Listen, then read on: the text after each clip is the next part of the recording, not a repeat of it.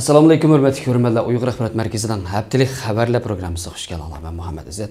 Qanday ixtilof xabarlarimizning tafsiliy mazmunlarida bo'lsin. Amerika Vostorning 5-yanvardagi xabariga ko'ra, yaqinqi bir necha hafta ichida Sharq Turkistondan chet elga chiqishga muvaffaq bo'lgan bir Uyg'ur Amerika Ovoz radiosiga Sharq Turkistonning 2022-yilgi vaziyati to'g'risida ma'lumot bergan. Bu kishi Xitoyning Sharq Turkistondagi urug' tuqqanlarga ziyonkashlik qilishidan ansirganlikdan haqiqiy qisman yushirib o'zini Jamol deb atagan. U Sharq Turkistonning navbatdagi vaziyati haqida tuvandikidek ma'lumotlarni bergan. Ular ya'ni Xitoy doiralari 2016-yilda Uyg'urlarning pasportini musodara qilishga boshladi. Xitoy doiralari bu orqali Sharq Turkistondagi hech bir Uyg'urni chegaradan chiqarmaslikni maqsad qilgan edi. Ular shuningdek keyin Uyg'urlarga yangidan pasport berib boqmadi. Mening ayolim chet el fuqarosi bo'lganligi uchun men shuni bahona qilib pasportimni qo'limga olish uchun barliq aloqador o'rinlarga qatardim. Mencha ayolimning chet el fuqarosi bo'lib qolganligi Xitoy doiralarining pasportimni qaytarib berishidagi eng asosiy sababdir. 2022-yil lagerdan qo'yib berilgan ba'zi Uyg'urlar Sharq Turkistondagi yoki Xitoy o'lkalaridagi zavodlarda ishlashga ketildi. Zavodlarga elib ketilmaganlari o'zining kashmishi va hukumatning ayrimchilik sababli xizmat tepishda qiynaldi. Lagerga kirib chiqqan hukumat xodimlarining asli xizmat o'rniga qaytishiga ruxsat qilinmadi.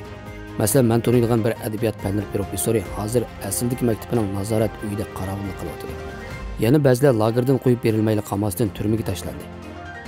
2022-yildagi yana bir yuzlanish shuki, Xitoy doiralari Uyg'urlarni xohlagancha tutqun qilishni zinhor to'xtatmadi. Hatto ilgari atalmish qayta tarbiyalash lagerlariga kirib chiqqan Uyg'urlarni qaytadan qo'lga olishga boshladi. Mening bir do'stim universitetning o'qituvchisi edi. U 2022-yildan ilgari 2 qatim qo'lga olingan edi. 2022-yil atiyazda 3-qatim qo'lga olindi. Shuningdek, oilasidagilar uning izlarini qilmadi. Agar Sharq Turkistondagi Uyg'urlarning 2022-yilgi hayotini xulosalashga to'g'ri kelsa, uni qo'rqinish bilan umidsizlikning berikmasining odatdagi ahvoliga aylanishi deyishga bo'ldi. Tojikiston virus vabasi mazgilida soqchilar odatdagi vaqtga qaraganda texnik ko'p kishini qo'lga oldi. Erkin Yevropa radiosi torining 6-yanvardagi xabariga ko'ra, Sharq Turkiston xalqining o'z fikrini dadil bayon qilishiga imkoniyat bo'lmayotgan bir vaziyatda, Urumchida yashaydigan 47 yoshli qozoq axborotchi va muzikant Janargul Jumatay 2-yanvar telefon orqali Daniyalik akademik va Sharq Turkiston mutaxassisi Roniga o'zining yerlik bexatarlik doiralarining qo'lga olish tahdidiga duch kelayotganligini bildirgan. Va agar men g'oyib bo'lsam yoki o'lib ketsam, dunyoning ularning mas'uliyatini surishtirishini umid qilaman degan. Janargul Jumatayning bildirishicha, soqchilar uningga Amerikada yashaydigan qozoq faoliyatchi Serikjon Biloch bilan aloqa qilganlik uchun qo'lga olinganligini. Ammo ruhiy kasalliklar doktorxonasiga kirsa, o'zini qutqizib qola oladiganligini bildirgan. U yana xalqaro jamiyatning o'zining Qozog'istonga ketishiga yordam qilishi o'tilgan bo'lib, uning Qozog'istonda turish ijozati bor ekan. Shundaqla u ilgari bu yerda hukumat mablag' solgan taratqilishilgan ekan. Janargul Roniga yana o'zining ilgari telefonidan g'ayri yumshoq detal topilgan va nuqtaliq to'latga, ya'ni Qozog'istonga sayohat qilgan degan bahonada jazo lageriga 2 yil qamalganligini. U yerda o'limdan boshqa hammani boshdan kechirganligini. Shu sababli hali ham yurikining pat-patli qalaymiqqa so'qib ketadiganligini bildirgan.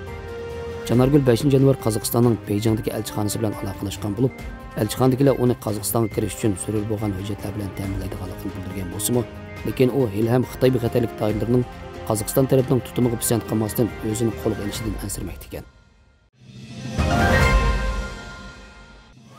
James Dorsey 6-yanvar Algemeiner torida Turkiya-Xitoy munosabatining yaqinqi vaziyati to'g'risida maqola e'lon qilgan bo'lib, mazkur maqolada ko'rsatilishicha, Turkiyaning Sharq Turkistonni ziyorat qilish taklifining izchil Xitoy tarafidan orqaga surilishining sabablaridan biri bu ziyoratda bir taraf foyda olsa, yana bir taraf cho'qim ziyon tortar ekan.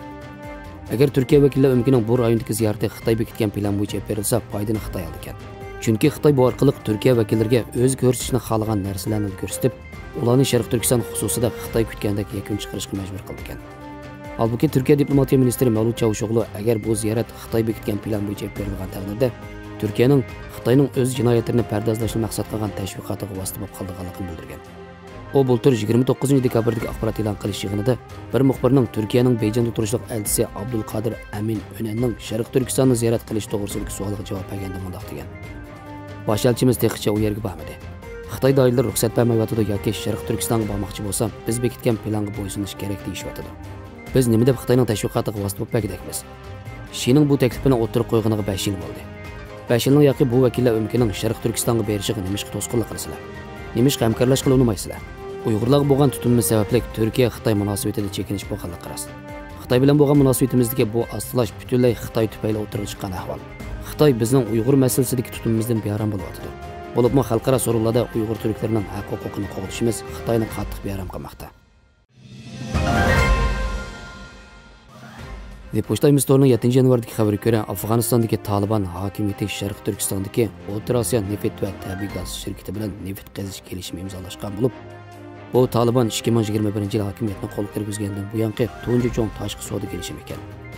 Talibanning bayonotchisi Zabihullah Mujohid bu haqda mundaq degan: To'xtamga asosan O'rta Osiyo neft va tabiiy gaz shirkati Afg'onistonning Amu daryosi o'ymoqligida neft qazish uchun 1 yil ichida $150 million, kelgusi 3 yilda $540 million mablag' soladi. O 5 yanvar Twitter'da bu to'xtamga binoan Islom amirligi, ya'ni Taliban hokimiyati bu turning 20%lik sheriklik haqqiga ega bo'ladi va bu nisbat keyin 75% ga chiqarildi degan. Zabihullahning bildirishicha, ular Saripol, Javizjon va Faryab o'lkalaridagi 4500 kvadrat kilometrlik rayonda neft qazilgan.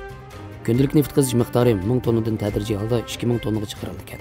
To'xtamning muddati 25 yil bo'lib, agar O'rta Osiyo neft va tabiiy gaz shirkati 1 yil ichida to'xtamda belgilangan moddiy majburiyatlarni ado qilmasa, to'xtam o'zligidan bekor bo'ldi ekan.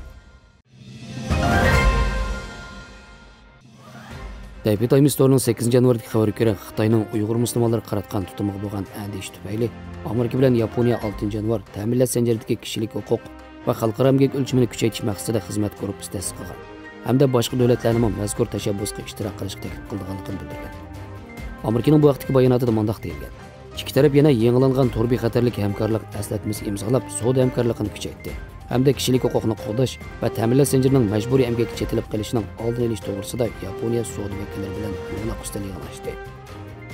Yaponiya bosh vaziri Fumio Kishida kelar hafta Washingtonni ziyorat qilgan bo'lib, uning ziyorat jarayonidagi suhbatlarda Xitoyning kunsiri zo'rayotgan kuchi va boshqa jiddiy xalqaro masalalarni o'z ichiga olgan ikki taraf o'rtaq ko'ngil bo'lgan masalalar muzokara qilindi ekan.